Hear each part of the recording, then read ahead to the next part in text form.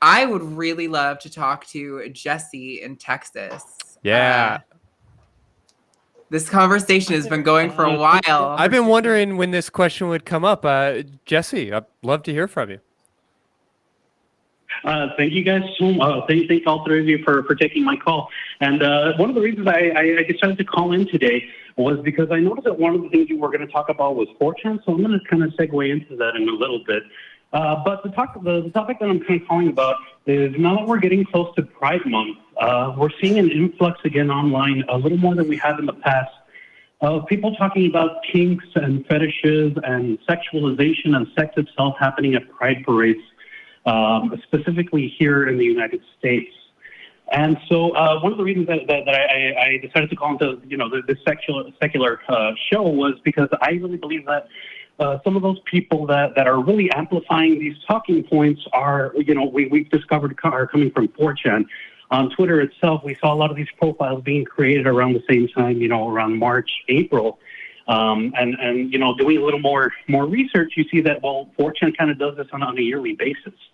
And so basically what their argument is that they don't believe that kinks and fetishes or any sort of over-sexualization should be happening in Pride parades in any way. And I guess kind of the reason that I'd like to call is because I'm sure a lot of people that will be listening to my viewpoint, where I believe all this should be allowed, they would probably think that my viewpoint is probably the extremist viewpoint. And I kind of like to counter that and say that, well, no, the other viewpoint trying to prevent it would probably be the extremist viewpoint.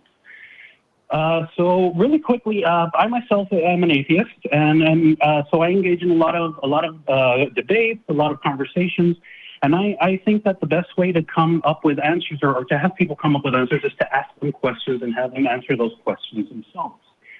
So I have a person who's really just one of my best friends in the world, and we were having this conversation a couple of days ago. And he had that position as well. I don't believe that children should be witnessing any of this. I don't think anybody should have to see any of this or anything like that. And of course, I take the approach of asking him questions. The very first question I asked him is, well, if you were a child at a Pride parade and you were to witness, to paraphrase Louis C.K., if you were to stumble upon two gentlemen pulling each other in an alley or something like that, I asked him, in what way do you think that you would be impacted negatively? And of course, it was a little hard for him to come up with an answer, or rather, he didn't really come up with any sort of an answer. And of course, those are kind of the things that we want to ask people.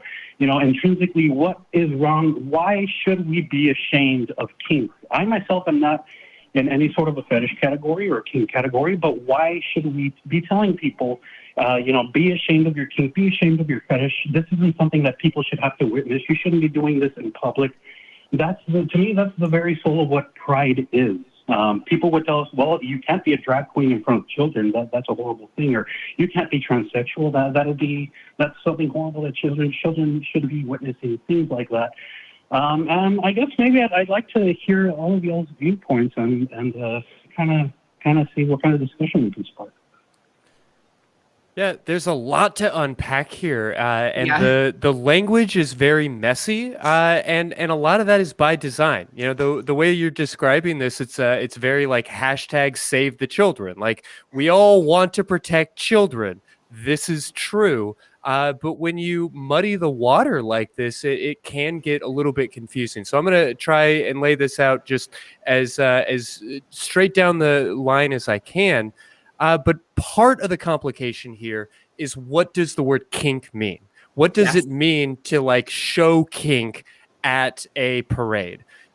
Myself, my family is from New Orleans. And so I grew up going to Mardi Gras, and it never really bothered me or struck me as particularly concerning that Mardi Gras is at once a religious celebration and a family affair and a tourist destination and a drunken bacchanal. Like, all of these things are true, but in different spaces at different times. So that's first and foremost something I want to acknowledge, that when we talk about Pride, we can kind of have it both ways in a lot of senses. Like, we can have drunken, people making out and being topless and having these types of activities. And we can do that separately from like the family parade type stuff. And we can have a quote safe space for children.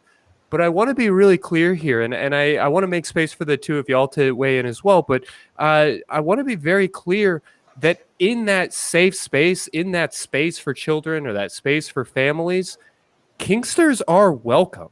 You know, I'm not talking about nudity. I'm not talking about lewd behavior, but I want to be really clear that kink is an identity oftentimes. We're not just talking about people's behavior. We're not just talking about, you know, kink as being tied up and slapped around. Kink means a lot of different things to a lot of different people. And being in a dom sub relationship is just as valid as being in a male, male, female, female, whatever, whatever type of relationship. And Pride has always been about not, you know, we've been having this conversation about feminism and how it's not just about like elevating women to men's level, but rather about elevating everybody to the same level. Pride from day one, I mean, back all the way to Marsha P. Johnson, has not just been about gay rights, it's been about equal rights for everybody, regardless of their sexual identity or their romantic orientations in these things. So I absolutely believe that kinksters should be allowed to participate, whether they are in commodified relationships or whether they are leather daddies or whatever that kink looks like. These people should not just be invited to attend, but should be able to attend as themselves and without putting that in a box. That doesn't mean nudity. That doesn't mean, you know, a giant St. Andrew's cross where somebody is getting like slapped around in front of the family. But that does mean making space for kinksters to express themselves and to validate their relationships. Now, I could go on for the next half an hour, but I want to make space for the two of y'all. What else would you say here? Yeah, I am right there with you, Christy. I could talk about this literally all night long. I am not maybe as deep into kink as some people, but I am pretty into kink. I've been to my fair share of BDSM clubs. I love kink. I feel like for me, getting into that stuff was liberating for me from the like religious sexuality that I grew up with. Like learning that not only can I do these things that are so taboo, but I get the control. I get to say like what happens and where it happens and how it happens and who it happens with. It puts all of the power in your court, which is amazing. And I think when we're talking about kink at Pride, like the thing I've been hearing over and over again is, should someone in a gimp suit or in like a bondage like leather daddy strap setup be allowed to like walk in the parade? And I say abso-fucking-lutely. Yeah. Because you know why? Someone who's wearing that and walking in the parade they're not engaging in an active scene. Sex isn't happening in that moment. That to a kinkster is just like if a goth person was wearing a band t-shirt and having belts that were studded with boots all over them and swoopy hair. It's a signifier of a community that you belong to that means something deeply to you. And Pride is inherently about sexuality. Like when we acknowledge that when it's with gay, lesbian, bisexual people, that their sexuality isn't like this thing that when they're expressing it openly in their day-to-day life, that it's sexual. When a gay person is wearing a Pride shirt, they're not engaging in sex because they're being open about their sexuality. They're just being open about a part of their identity that is fundamental to who they are. And it just really saddens me that even LGBT people are wanting to throw our fellow queer people under the bus and say, I'm okay, but not them. They have to hide. They have to be in the closet. They have to be ashamed of who they are. I think it's disgusting. And I really hope that, because you're right, this does happen every year. I hope that we see much less of this in the future. In some ways, it feels like it is maybe even amplifying. And a lot of that could be because of, disingenuous interlocutors and folks kind of coming in and muddying the water. But I also want to recognize that they're able to put pressure on some of those cracks in large, to a certain degree, because gay rights is going so well. I don't mean to make it sound like there isn't a hell of a lot more work to do, especially as I see so many bullshit trans bills across the country, and certainly there's a lot to talk about here. But specifically when we are talking about general acceptance of same-sex relationships, that has dramatically shifted in the last 10 years. And I honestly think that because of that success, there is now a sense of like, okay, well, the door was open and this thing that a lot of folks didn't want to happen happened. And now, okay, let's go ahead and accept that that happened and close the door back behind it, which has never been what Pride is about. Stonewall was a riot. Like, it is important for these folks to have an opportunity to present themselves. And if it makes people uncomfortable, that's not important to me. Yeah. Yeah, y'all covered all of it. I don't know if there's much more I can add to that. But to echo what you said, Christy, I completely agree on both of y'all. This sounds exactly like just a repackaging of the same old argument that, if we allow the gays, what's next? Pedophilia and bestiality? I mean, it's just that all over again. I don't see that as a productive line of reasoning. And I mean, kind of like you said, Pride is about sexual things. If you're taking your children to that parade, you can't be surprised if that's what you're seeing content about at the parade. If it's not illegal for straight vanilla people to be doing it in public, then I don't think that there should be a different standard applied here. So yeah, and so many of those old tired arguments that 10 or 20 years ago were being thrown at queer folks that are recently being thrown at trans folks are being applied here. It's the, what about the children? We're not talking about lewd acts. We're not talking about like active sex or, in that sense. We're talking about sexuality, and we're talking about relationship dynamics. We're talking about romance. We're talking about the way that people connect. And it's very frustrating to me to see so many good people, see so many queer people get taken in by some of this rhetoric. Yeah. Well, Jessie, you definitely, I think, got us all fired up about a topic we're pretty passionate about. Did you have anything else you wanted to add to that?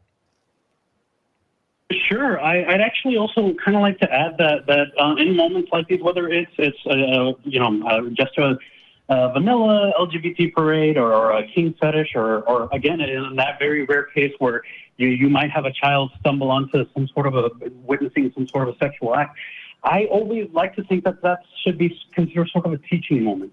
In the conversation I was having with my friend, he said, well, would you honestly let your child look at that?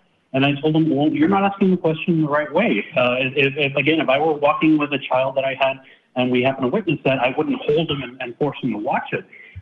We'd probably walk away and he or she would ask me a couple of questions, and then that would be my opportunity to say, well, you know what, that was two people having consensual sex.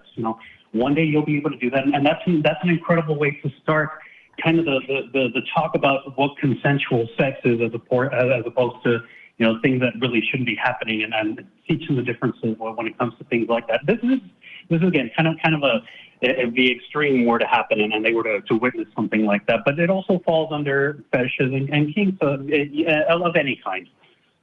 Really.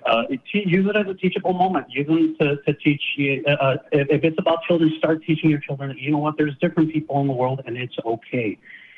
Just because these people may not be dressed the same as other people, that doesn't mean that they're any less. It doesn't mean you should treat them any different or that you should be afraid of them.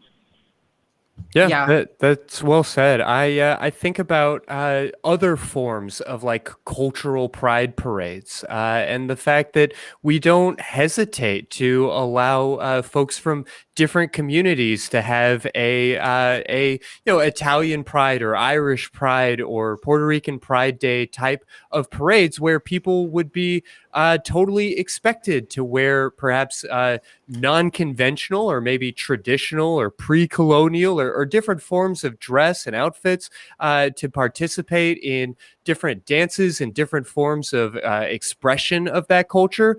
And because kink culture is about sex, everybody wants to get all up in arms about it. But it's not just about sex. It's about love and relationships. It's about connections. It's about identity. And it is every bit as valid to have a kink identity as it is to have a ethnic identity or an orientation-based identity or any of these other things.